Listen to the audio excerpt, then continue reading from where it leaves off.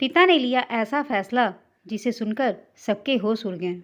अगर हमारे इरादे सही ना हो तो कभी कभी भगवान ऐसा पासा पलट देते हैं कि जिसकी हमें भनक भी नहीं होती है।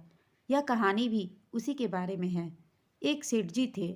उन्होंने अपनी सारी जिंदगी बहुत मेहनत की थी, इसलिए वो काफ़ी धनवान थे। उनका नाम गांव के अमीर लोगों में आता था। उनका व्यापार भी बहुत अच्छा चल रहा था। सेठ के पास संपत्ति भी बहुत अच्छी थी। उनके 4 बेटे थे। एक दिन सेठ को लगा कि अब मुझे अपने चारों बेटों में संपत्ति का बंटवारा कर देनी चाहिए, और उन्होंने अपनी संपत्ति का हिसाब कर दिया और अपने चारों बेटों को कितना कितना देना है उसका भी हिसाब कर दिया। उनके चारों बेटों ने कहा कि हम सब मिलकर आपको 3-3 महीना रखेंगे। सेठ जी को भी अपने चारों बेटों के इस इरादे से कोई समस्या नहीं थी। अब सेठ ने और उनके चारों बेटों ने ये संपत्ति बांटने का फैसला गांव के सरपंच के सामने लेने का निर्णय किया। एक हफ्ते के बाद वो लोग गांव के सरपंच के सामने ये फैसला लेने वाले थे। जिस दिन सेठ जी ने ये संपत्ति का बंटवारा करने का निर्णय लिया, तभी जो सबसे बड़ा लड़का था उसके दिमाग में ये बात आई कि एक बार ये बंटवारा हो जाने दो, उसके बाद मैं पिताजी को 3 महीने क्या 3 दिन भी नहीं रखूंगा। वही बात बाकी तीनों के दिमाग में भी आई थी। वो चारों सोच रहे थे कि एक बार संपत्ति अपने नाम हो जाए, उसके बाद क्या करना है वो तो हमें देखना है।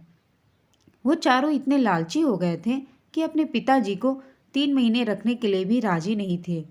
जिस पिताजी ने इतनी मेहनत करके इन चारों को संभाला था, वो चारों मिलकर भी अब पिताजी को संभालने के लिए राजी नहीं थे। चारों कुछ बोले इसलिए नहीं रहे थे ताकि अगर उन्होंने पहले से ही बता दिया तो बंटवारे में उनको अपना हिस्सा नहीं मिलता। अब आखिर हफ्ता भी पूरा हो गया और वो बंटवारे का दिन भी आ गया। चारों बेटे और पिताजी ये फैसला लेने के लिए गांव के सरपंच के पास जाते हैं। गांव के सरपंच सेठ जी से पूछते हैं कि आप अपनी सारी संपत्ति अपने चारों बेटों को बांटना चाहते हैं और वो चारों बदले में आपको 3-3 महीना अपने घर पर रखेंगे। क्या आपका यह अंतिम फैसला है? तभी सेठ ने कहा, जी नहीं, मेरा अंतिम फैसला ये है कि मैं अपने चारों बेटों को 3-3 महीना अपने पास रखूंगा और बाकी के 9 महीने वो अपने हिसाब से रहेंगे।